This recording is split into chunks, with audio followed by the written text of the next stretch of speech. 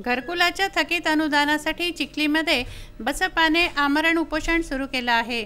एकात्मिक झोपडपट्टी विकास योजनेअंतर्गत नगर परिषद चिखलीच्या वतीने राबवण्यात आलेल्या घरकुल योजनेच्या 371 घरकुल लाभार्थ्यांचं अनुदान थकीत आहे।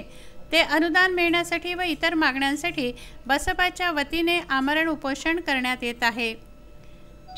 एकात्मिक झोपडी विकास योजनेअंतर्गत नगर परिषद चिखलीच्या वतीने राबवण्यात आलेल्या घरकुल योजनेचं अनुदान रखडलं आहे।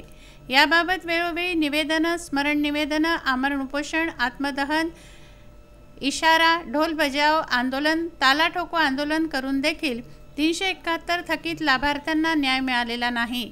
आम्ही नगर परिषद कार्यालयासमोर आमरण उपोषणाचं आंदोलन चालू केलेलं आहे। या मागचा उद्देश असा आहे की गेल्या 2-3 वर्षापासून नगर परिषदच्या थकीत 371 लाभार्थ्यांचे घरकुलांचे जे अनुदान होतं, एकात्मिक झोपडपट्टी विकास योजनेअंतर्गत जी योजना होती ती योजना या नगर परिषदेनं राबवली होती आणि या योजनेअंतर्गत जे 371 घरकुल लाभार्थी राहिलेले आहेत त्यांचं अनुदान अद्यापपर्यंत मिळालेलं नाही।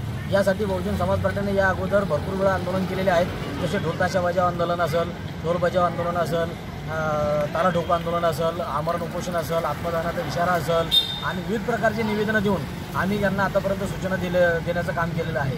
परंतु आतापर्यंत या नगर परिषद प्रशासनाने आमची कोणतीही प्रकारची मागणी आतापर्यंत मंजूर केलेली नाही। त्यामुळं नाईलाजास्तव आज आम्ही गेल्या 1 वर्षापासून या मागणीसाठी भाटत आहोत। पण आज आम्ही असं ठरवलेलं आहे की आम्ही आज उपोषणाला बसलो, जोपर्यंत आमची मागणी पूर्ण होणार नाही तोपर्यंत आम्ही हे आंदोलन सुरूच ठेवणार आहोत। या आंदोलनाच्या सोबतच या मागणीसोबत आम्ही या नगर परिषद प्रशासकीय इमारतीला राजश्री शाहू महाराज यांचं नाव देण्यात आलेलं आहे आणि मात्र राजश्री शाहू महाराज यांचं नाव या प्रशासकीय इमारतीला आहे, परंतु चिखली शहरामध्ये यांचा पुतळा नाही आहे। तर हा पुतळा बी या चिखली शहरामध्ये पूर्णाकृती पुतळा खामगाव चौफुली या ठिकाणी बसवण्यात यावा ही मागणीसुद्धा आम्ही धरलेली आहे।